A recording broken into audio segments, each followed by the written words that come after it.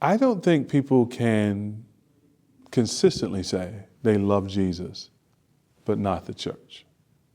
Now, when I say that, I want to be quick to say what I'm not talking about.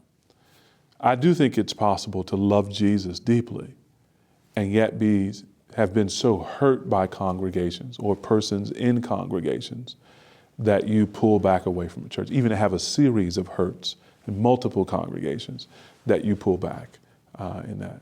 That's a different thing. That requires a different level of pastoral care and discovery and work at restitution and reconciliation and healing.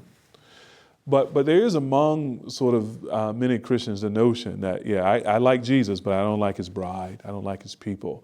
There's no particular church hurts there or things of that sort. I'm just doing church at home in my living room or online or whatever.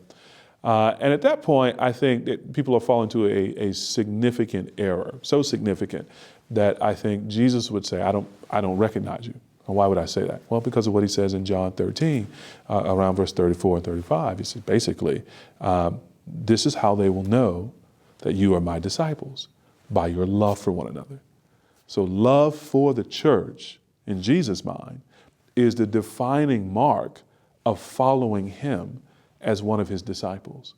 And so I don't think you can consistently reject the mark of discipleship and claim to be a disciple.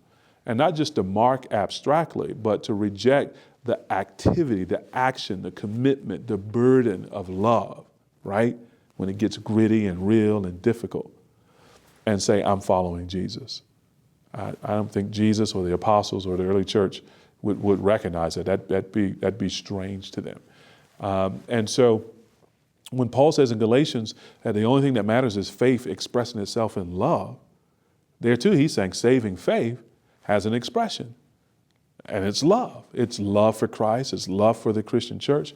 When John writes his letter, his first epistle, 1 John, in order that we may know that we have life in the Son of God, one of the tests that he gives us in that letter that he keeps kind of driving home is this question of love. Do we love? Do we love God? Do we love his people? And if we don't love his people, we have reason to suspect that our faith isn't genuine, that we really haven't overcome by faith in the Lord Jesus Christ.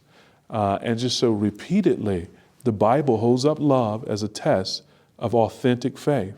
And repeatedly it tells us, if we don't love God's people, we really don't have basis for thinking we have actually come to love Christ himself. So in that sense, it's wildly inconsistent to say, I love Jesus, but I don't love the church.